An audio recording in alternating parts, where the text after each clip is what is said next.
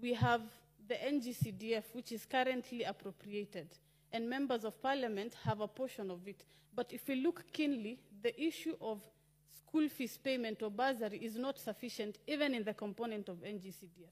But in the same breath, we have bursaries from the county governments.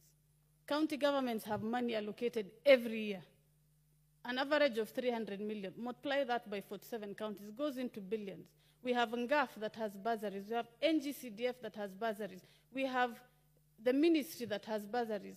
My proposal is, in the spirit of good faith, and now that we are having a conversation of national interest and the government of national unity, should we not lead from the front?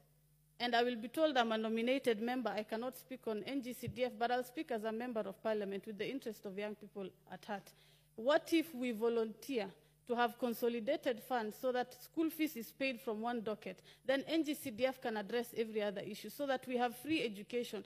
We already have the blueprint done by the ministry of, by the government of Kibaki. I was a child, but I know that system worked. Free education is why we are all here today. The blueprint is there. Let us implement that so that free education goes up to tertiary level. In the same